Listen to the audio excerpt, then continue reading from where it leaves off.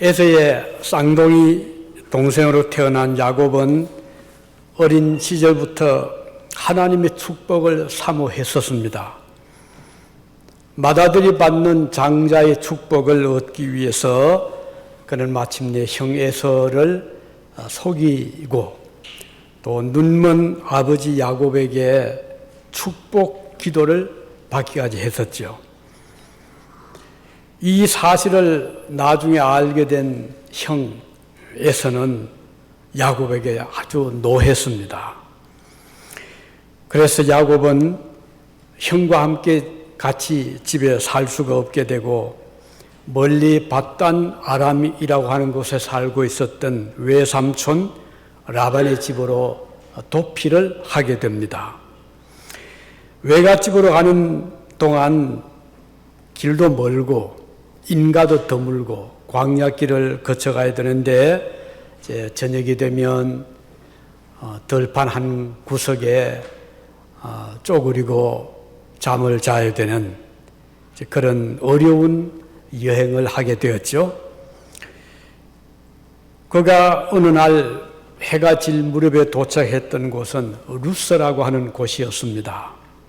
지금 예루살렘 북쪽으로 한 16km쯤 떨어진 곳이라고 하고요. 지금의 이름은 베이틴이라고 합니다.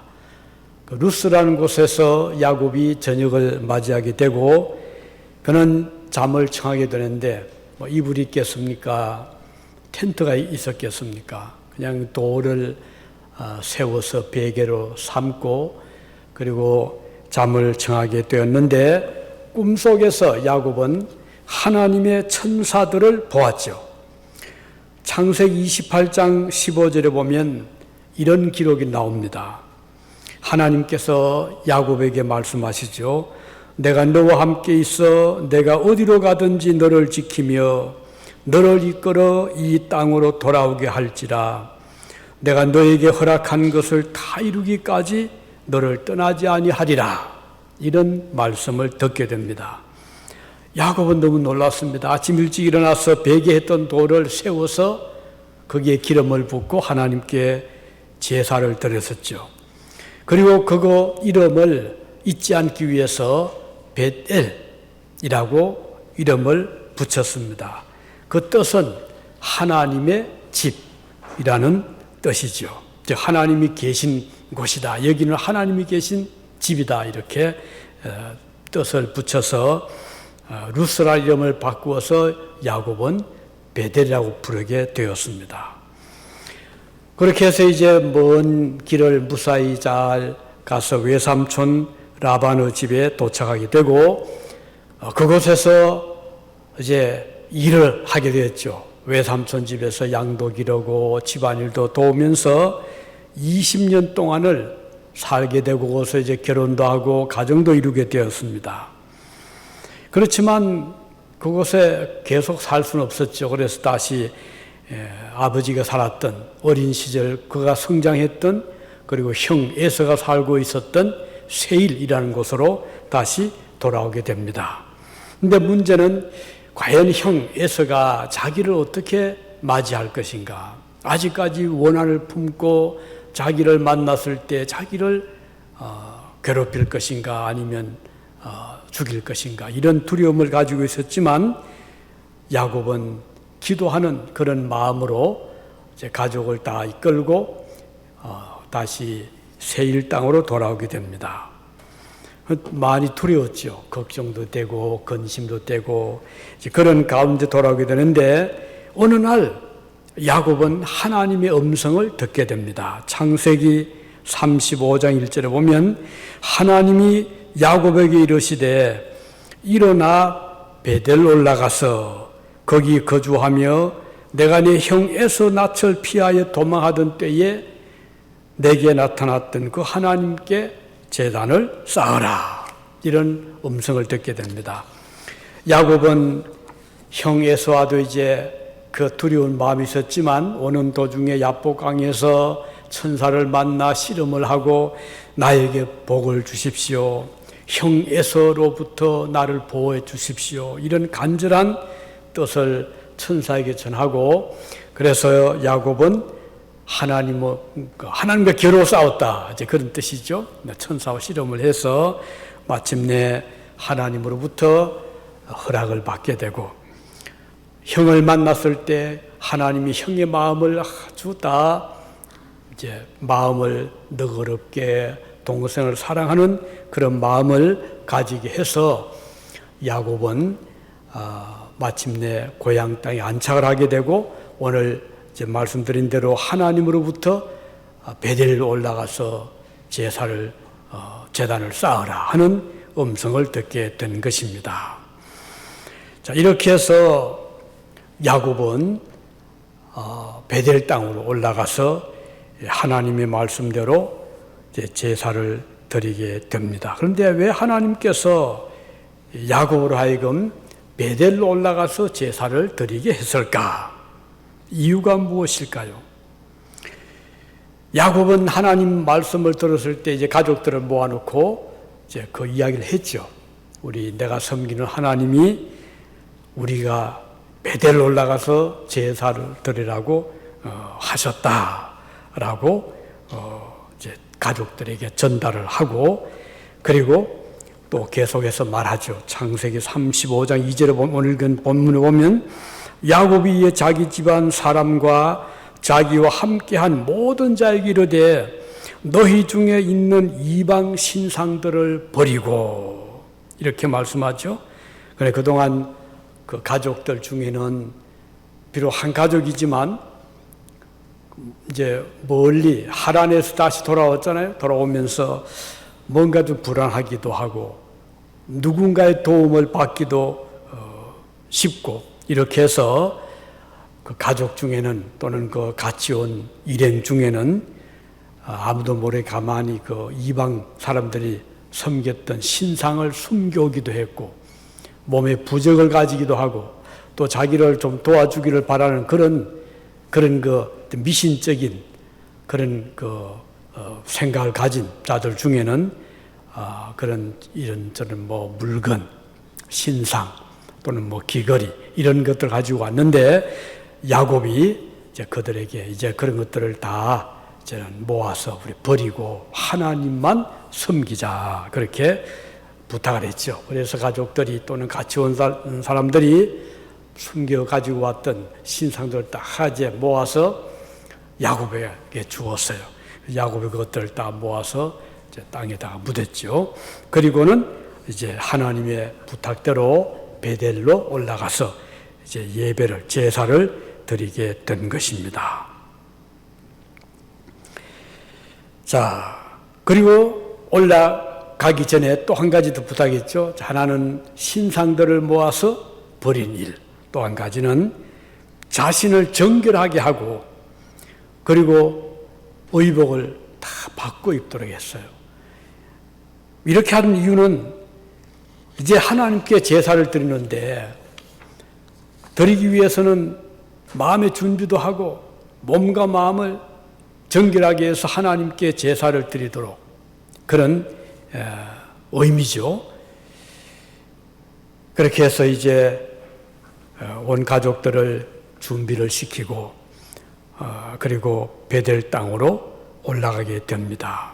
근데 야곱이 이렇게 베델로 올라가게 될 때 참 마음에 그 기쁨이 있었고 감동이 되었죠. 왜냐하면 그가 특별히 어릴 20년 전에 아버지 집을 이제 떠나서 혼자 혈혈단신으로 천만리 먼 길을 이제 가게 될 때 힘들었잖아요. 왜냐하면 길도 잘 모르고 가다가 혹시 잘못된 사람들 만나면 큰 위험을 겪을 수도 있고, 그런 가운데 야곱이 하나님을 만났잖아요. 너무 기뻤어요. 그것이 베델이었고, 그런데 하나님께서 야곱에게 이제 베델 올라가서 제사를 드리라 했을 때 야곱은 지난 날이 기억이 나고 너무 마음이 기뻤던 것입니다. 그래서 식구들을 전부 데리고 베델 땅으로 올라가게 된 것입니다. 자, 그러면 왜 하나님께서 세일에서 제사를 드려도 될 텐데 하필이면 베델 땅으로 올라가라고 말씀을 하셨을까? 그 이유는 우선 야곱으로 하여금, 그리고 그 식구들로 하여금 야곱이 환난을 당할 때, 어려움을 겪을 때에 도와주셨던 그 하나님을 기억을 하라는 의미가 있는 것입니다. 야곱의 일생을 보면 참 파란만장했잖아요. 젊은 시절 잠깐 부모님 밑에서 사랑을 받으며 성장을 했지만 그건 잠깐 동안뿐이었습니다. 그렇지만 야곱의 마음에는 참 놀랍게도 하나님을 사모하고 그 축복을 기다리는 그런 그 믿음이 있었습니다. 이게 좀 놀란 거죠. 같은 형제라도 에서는 안 그랬거든요. 그런데 야곱은 하나님의 복을 받아야 된다는 그런 간절한 마음이 그에게 있었어요. 같은 형제라도 어떤 사람은 하나님을 의지하는 형제가 있고, 같이 자랐지만 어떤 형제는 그렇지 않은 자들도 우리에게도 있잖아요. 야곱에게도 그랬어요. 그래서 야곱은 놀랍게도 하나님 은혜를 사모하고 하나님의 복을 받아야 되겠다는 그런 간절함이 있었습니다. 그래서 그는 형을 속였죠. 이건 나쁜 방법이지만, 그러나 복을 사모하는 그 마음만은 우리가 평가할 만하잖아요. 그래서 이제 아버지가 또 눈이 그때 어두웠어요. 그래서 이제 그 팔에다가 그 형처럼, 형은 몸에 이제 털이 많았던가 봐요. 야곱은 그렇지 않았어요. 그 아버지가 만일에 눈이 어둡지만 아버지는 그래도 애써 장자에게 복을 빌어주고 싶은 마음이 있었잖아요. 그런데 에서를 가장에서 자기가 아버지의 기도를 해달라고 하면 혹시 아버지가 자기의 속이는 것이 탄로 났을 때 복은 고사하고 저주를 받지 않을까, 그런 걱정도 해서 팔에다가 그 털을 감고, 그리고는 에서처럼 가장을 해서 아버지, 저 에서입니다. 복을 빌어 주십시오. 라고 이제 요청을 했던 그런 일이 있었는데, 아버지는 뭐 눈이 어둡고 하니까 그 야곱에게 쏙해서 복을 빌어 기도를 해 주었지만, 나중에 에서가 이 사실을 알고 길길이 뛴 겁니다. 아니, 저 동생이 나를 속이고 나를 대신해서 자기가 축복 기도를 받다니, 이렇게 해서 그 형 에서가 동생을 죽이려고 했잖아요. 그래서 동생 야곱이 이제 도망을 하게 된 것입니다. 그런 과정에서 얼마나 힘들었겠어요? 가다가 이제 하나님을 만나고 음성을 듣고 약속을 받고, 그렇게 해서 이제 외삼촌 집에 갔는데 20년 동안을 마치 종처럼 열심히 일을 해준 겁니다. 그런데 그곳에서도 야곱은 하나님의 또 은혜를 받게 됩니다. 이 외삼촌이 야곱에게 말했죠. 자, 네가 이렇게 수고하는데 양이나 염소 새끼를 놓을 때 그 가죽에, 그 털에 뭐 어떤 반점이 있거나 얼룩이 진 그런 새끼가 나면 네가 하자라. 그렇지 않고 그냥 그런 반점이나 얼룩이 없으면 그건 다 내 거다. 그런데 이제 외삼촌 생각에는 얼룩이나 반점이 생긴 새끼는 별로 안 낳거든요.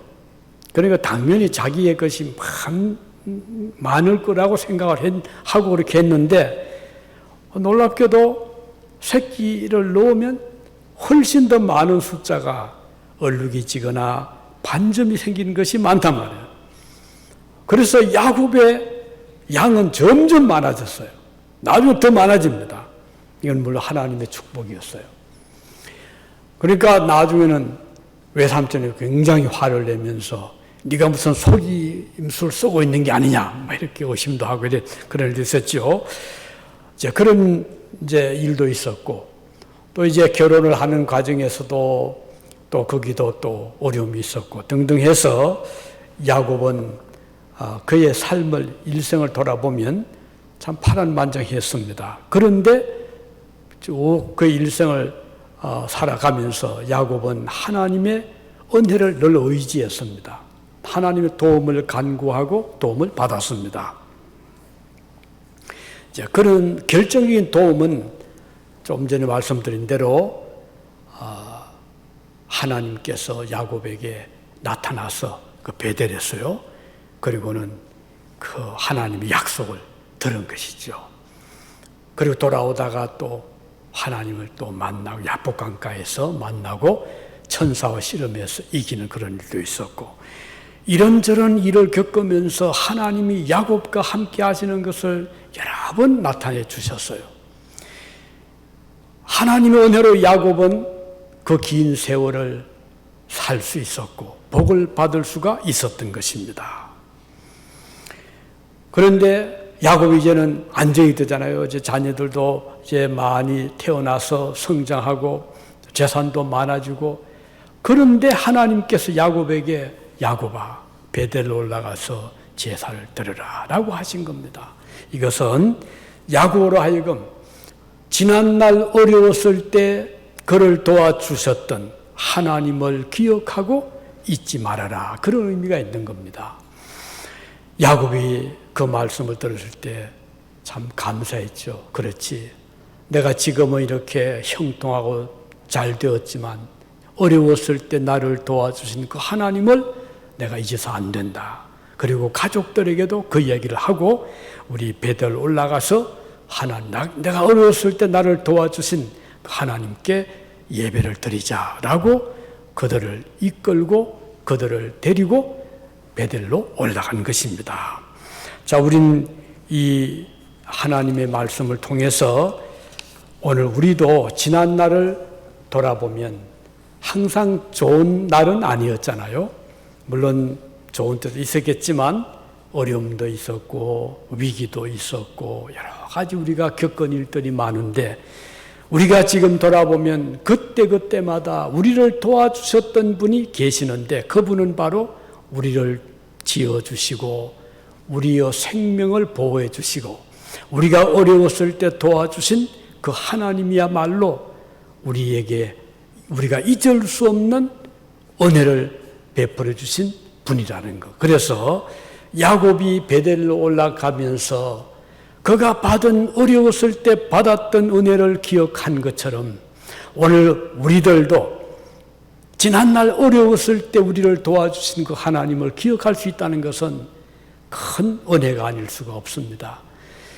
그래서 우리 하나님 앞에 은혜를 기억하고, 우리나라 속담에 그런 말이 있죠. 원수는 물에 새기고, 그 이름을 물에 새기고 은혜는 돌에 새기라, 그런 말이 있습니다. 그러니까 나에게 좀 섭섭하게 한 사람도 있겠죠. 나에게 고통을 준 자도 있을 겁니다. 그들은 물에 새기면 어떻게 되죠? 금방은 또 흩어지잖아요.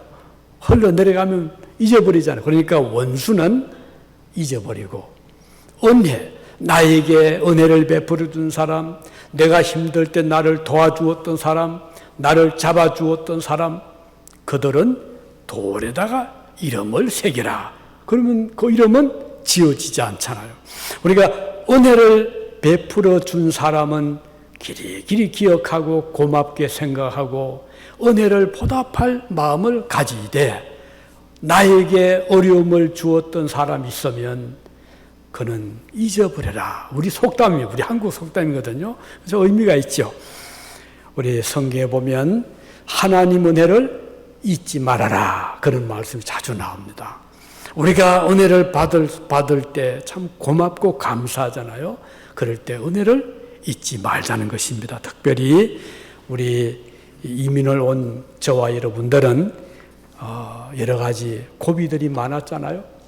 처음에 이제 뭐 비자를 받을 때부터 해서 또 영주권을 받는 일 또는 시민권을 받는 일, 그때 우리가 고비들이 많은데, 그리고 또 그 이후라도 직장을 찾을 때, 다니다가 또는 사업을 할 때 그때 우리가 겪는 여러 가지 어려움이 있잖아요. 그런데 누군가 우리를 도와준 자들이 있잖아요. 우리가 힘들어할 때 말 한마디 위로해 준 자도 있고, 경제적으로 보탬이 되어준 자도 있고, 우리 주변에는 우리를 도와준 많은 분들이 있는데, 그 중에서도 우리를 도와준 가장 강력하신 분이 계시는데 우리 하나님 아버지예요. 하나님 은혜로 우리가 오늘 이 시간까지 이 자리에 있게 된 것이잖아요. 그러면 우리는 그 하나님을 잊어서 안 되겠죠? 또 우리에게 은혜를 베풀어 주었던 자들 늘 기억하고 그분들을 위해서 기도해주고 그분들에게 그 은혜를 우리가 고마움을 표할 수 있다면 얼마나 좋겠습니까? 미국에 어떤 사업가가 있었는데 젊은 청년이 한번 찾아왔답니다. 보니까 남루한 옷을 입고 고생한 흔적이 보입니다. 그런데 이 청년이 와서 그동안 제가 여러 가지 일을 하다가 실패를 했는데 이제 마지막으로 한 번 더 일을 하고 싶습니다. 좀 도와주실 수 없겠습니까? 그래서 이분이 처음에 거절을 했대요. 보니까 뭐 도와줘도 뭐 성공할 수 있을지 안 할지 알 수도 없고 또 잘 모르는 사람이고 그래서 거절을 했는데 하고 나니까 너무 마음이 아팠답니다. 그래서 그 청년을 다시 이제 불러서 그가 바랐던 이상으로 이분이 뭐 워낙 그 힘이 재력이 있었던 분이니까 도와주었답니다. 근데 정말 그 청년이 얼마 뒤에 그걸 딱 2,000불 딱 갚았대요. 그래서 오해로 아니 왜 이렇게 빨리 갚을 수 있냐고 청년이 제가 열심히 해서 마침 그 사업이 잘 되어서 이렇게 성공할 수 있었습니다. 갚았는데 나중에 이 사업가는 큰 어떤 부도를 겪게 되고 해서 완전히 망하게 되었는데 그때 이 청년이 이제는 중년이 됐겠죠? 다시 찾아왔답니다. 와가지고는 많은 도움을 자기가 어려웠을 때 도와줬던 그분에게 다시 도움을 주면서 그때 너무 고마웠습니다. 그때 도와주지 아니했다면 저는 이렇게 다시 일어설 수가 없었을 겁니다. 그래서 이 사업가가 아니 자네는 그때 이미 나에게 빌려갔던 2,000불을 다 또 갚았는데 또 이렇게 나를 찾아왔냐고 그랬더니 그거는 그때 뭐 약속을 한 것이지만 지금은 이 정도는 제가 얼마나 도와드릴 수 있습니다. 그런 어떤 글을 제가 읽은 기억이 납니다.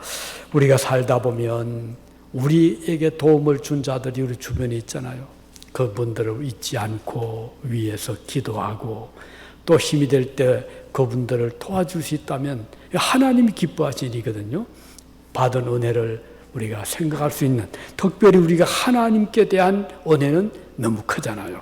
그래서 베델로 올라가 이 말씀은 어려웠을 때 너를 도와준 그 하나님을 기억해라 하는 뜻이 있고, 또 한 가지는 이제는 새로운 삶을 설계하고 계획하고 살아라, 그런 의미가 있습니다. 지금까지 야곱과 그 가족들은 그야말로 생존하기 위해서, 살아남기 위해서 많은 노력을 해왔습니다. 자신들에게 도움이 될 수 있는 일이라면 그동안은 수단 방법 가리지 않고 열심히 일도 하고 또 노력을 해왔습니다. 야곱은 복을 받기 위해서 형도 속이고 아버지도 속이고 그런 또 일을까지 했잖아요. 가족들 중에는 이방 신의 도움이라도 받기 위해서 신상을 막 자기 집에 숨기기도 했잖아요. 부적도 소지하고 몸에 좋다고 하면 뭐 귀걸이도 해보고 뭐 온갖 그런 노력을 해왔던 가족들이었습니다. 야곱이 하나님의 말씀을 받고 그 가족과 권속들을 이끌고 베델로 다시 올라왔습니다.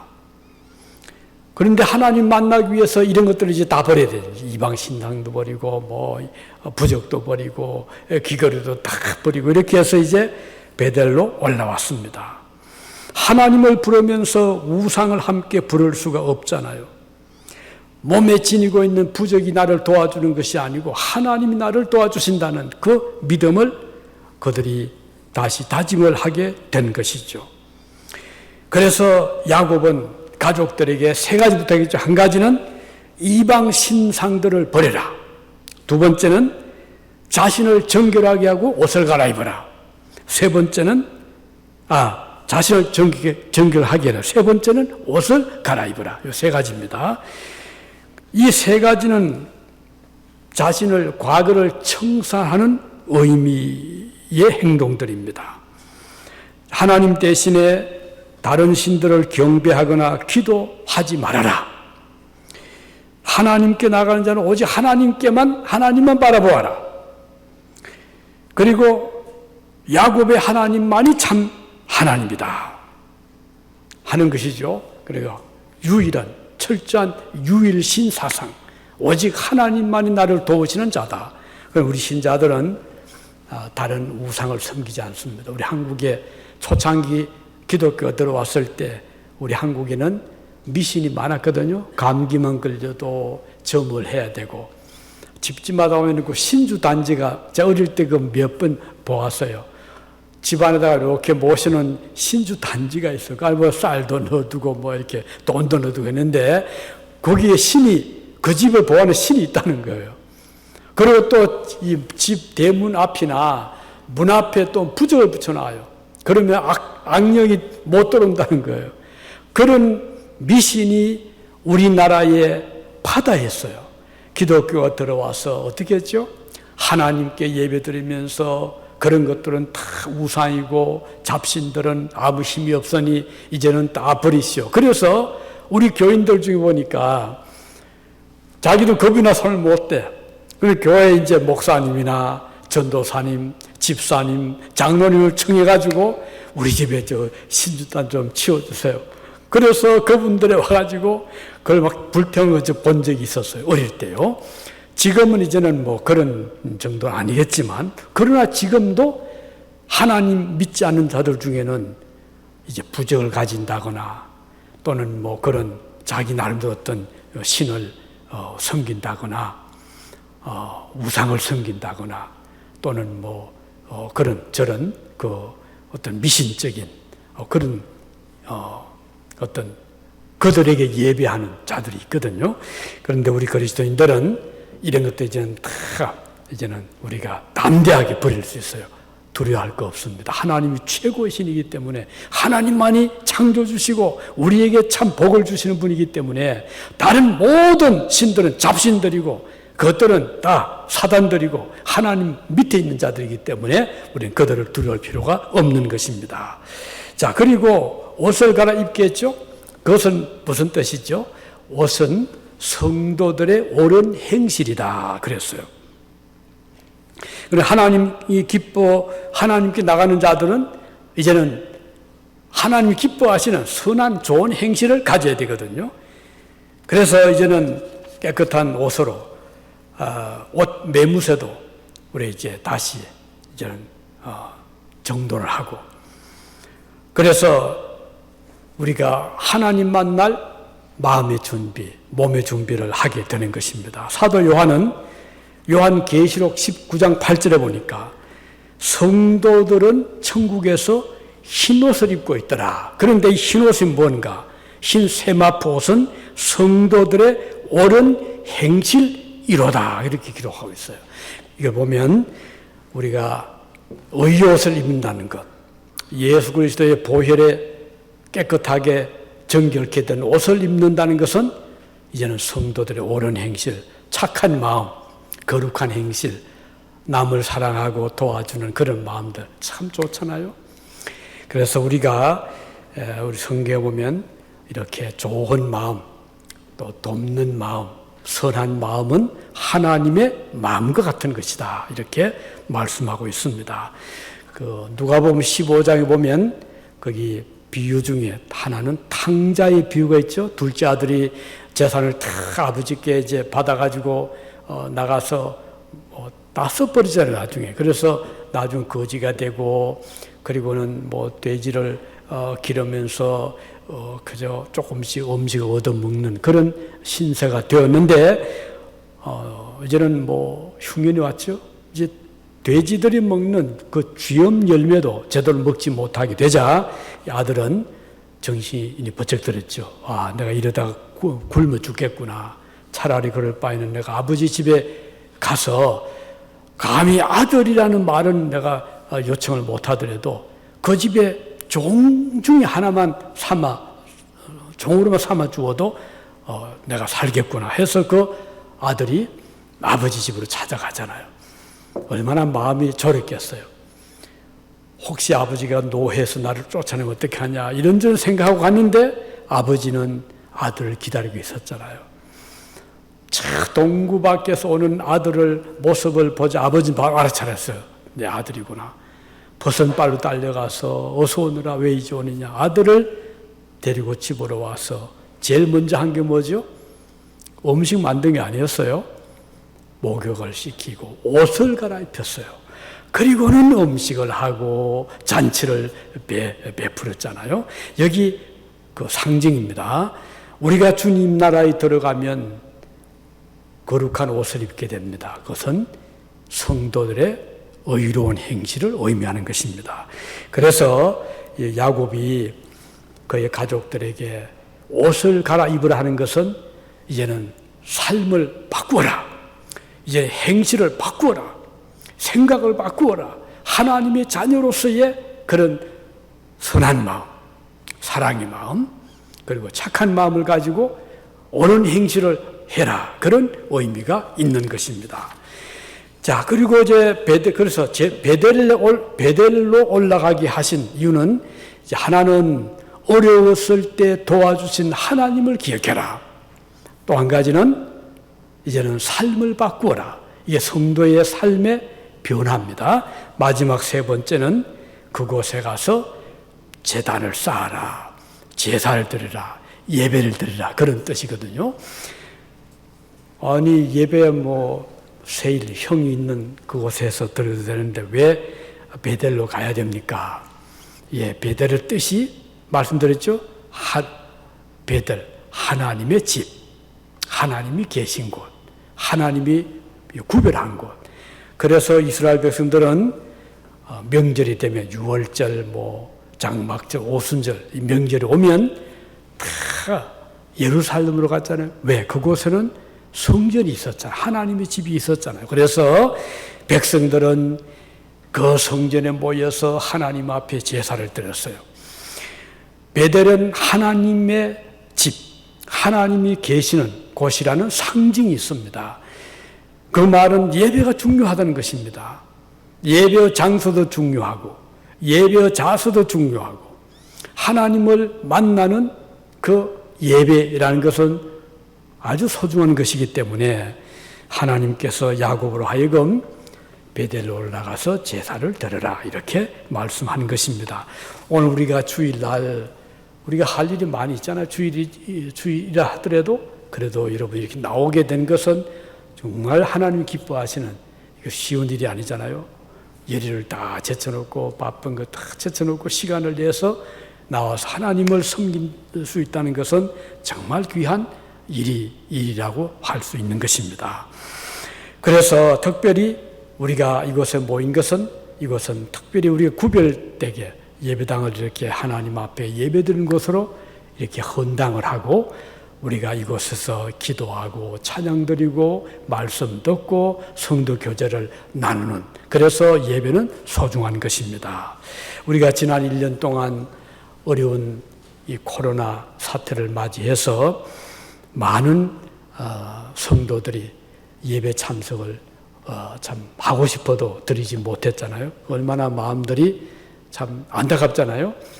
한국도 마찬가지고 미국의 많은 교회들 그랬습니다. 포틀랜드 어떤 한국 교회들은 이제 예배당을 이제 빌렸으니까 미국 교회가 예배를 안 드릴 수가 없잖아요. 그걸 드리지 못하게 하고. 그래서 이제 궁예지책으로 우리 한국 교회는 그러면 우리는 주차장에서 예배를 드리겠다. 그래가지고는 우리 교회에서 가신 그 진영의 어머니도 그 나간 한국 교회가 그 주차장 예배를 드렸대요. 그런데 이제 문제는 비가 오거나 눈이 오거나 날이 추울 때는 이게 보통 힘든 게 아니었다는 거예요. 왜냐하면은 그 창을 열어놔야 그 설교를 듣잖아요. 그 창문 열어놓으니까 그냥 비가 새어 들어오고 바람이 들어오고 이제 그런 어려움을 얘기를 하더라고 합니다. 근데 이제 그래서 참 우리가 그런 어려움이 있음에도 불구하고 우리 하나님 앞에 나와서 예배 드릴 수 있다는 건 너무 감사하고 또 하나님이 얼마나 귀하게 생각을 하시겠습니까? 그래서 오늘 우리는 이렇게 성전에 나와서 예배를 드리게 된 것. 그리고 특별히 저는 그런 생각이 들더라고요. 우리도 만일에 예배당이 없었다면 이럴 때 어떻게 예배를 드릴까? 저 생각하니까 정말 너무 감사한 마음이 들더라고요. 그래도 하나님께서 우리에게 예배당을 주셨고, 비가 오는 눈이 오나 우리는 이렇게 안전하게 안에서 예배를 드릴 수 있게 해주신 것 너무 감사하고, 또 우리가 정성을 드리고 또 같이 한 마음으로 기도하고 또 성도의 교제를 나누고 이 예배를 주님이 참 기쁘게 받으시는 거 생각하니까 너무 감사했고요. 우리가 예배를 드릴 때는 하나님이 받으시는 제사를 드려야 되겠잖아요. 가인과 아벨이 예배를 같이 드렸는데 가인의 제사는 하나님이 받지 않으셨어요. 아벨의 제사를 받으셨거든요. 이걸 보면 우리가 예배를 드릴 때 하나님이 받으시는 제사를 예배를 드려야 되겠다. 이사야 선지자 시대 때도 백성들이 안식일 날 성전을 찾아왔지만 하나님이 책망한 적이 있었어요. 왜냐하면 너희들은 성전 마당을 밟을 뿐이다. 그렇게 말씀했거든요. 그러니까 형식적인 예배라든지 하나님이 받지 않으시는 제사를 드린다는 것은 하나님이 기뻐하지 않으시기 때문에 우리가 예배를 드릴 때는 하나님이 받으시는 예배, 정성을 드리고 믿음으로 드리고 주님이 지금 우리가 드린 예배를 지금 다 보고 계시고 받으시고 계신다. 그런 믿음을 가지고 예배를 드릴 때 그 예배는 산 예배가 되잖아요. 신령과 진정으로 드린 예배가 될 수 있는 것입니다. 그래서 우리가 드리는 기도, 우리가 드리는 그 예배와 우리 정성, 마음, 드리는 물질, 이 모든 것들이 하나님 앞에 올려지는 향기로운 제물이 될 수가 있는 것입니다. 그래서 야곱은 오늘 하나님의 음성을 듣고 베델로 올라가서 어려웠을 때 자기를 도와주신 하나님을 기억했고, 그리고 몸과 마음을 새롭게 하고 새로운 마음의 자세로 하나님께 예배를 드리고, 그리고 하나님께서 참 기쁘게 받으시는 산 제사를 드릴 수 있었던 그런 이 베드로 제사를 같이 생각을 했습니다. 오늘 저와 여러분들도 지난 1년 동안 참 어려운 중에서도 예배를 드릴 수 있었던 너무 감사했고, 또 비록 이 자리에 참석하지 못하지만 가정에서 또 함께 예배를 드린 또 분들도 계셨고, 또 우리가 그 유튜브 올려놓으면 많은 분들이 또 비록 영상이지만 말씀을 듣고, 제가 꼭 보내드리는 분 중에 한 분, 최도노 장로님, 몸이 불편하시지만 보내면 꼭 그 설교를 다 듣고 꼭 연락을 합니다. 은혜롭게 설교 잘 경청했습니다. 감사합니다.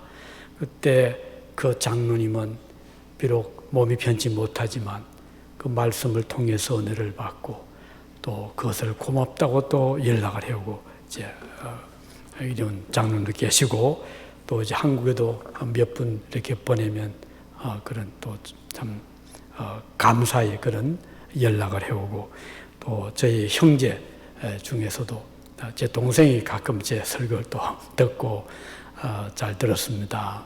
또 제 조카도 설교를 또 잘 들었습니다. 이제 그런 연락을 해오곤 합니다. 아마 여러분들께서도 여러분 가족 중에서도 하나님 은혜를 참 나누고 또 은혜를 받았을 때 그것을 서로 대화를 통해서 그 받은 은혜를 서로 이제 나눌 때 참 마음이 평안하고 기쁘고 또 소망스럽잖아요. 오늘 우리도 여기 야곱처럼 베델로 올라가서 하나님께 예배드릴 수 있는 이런 자들이 다 되시기를 바랍니다. 기도하시겠습니다.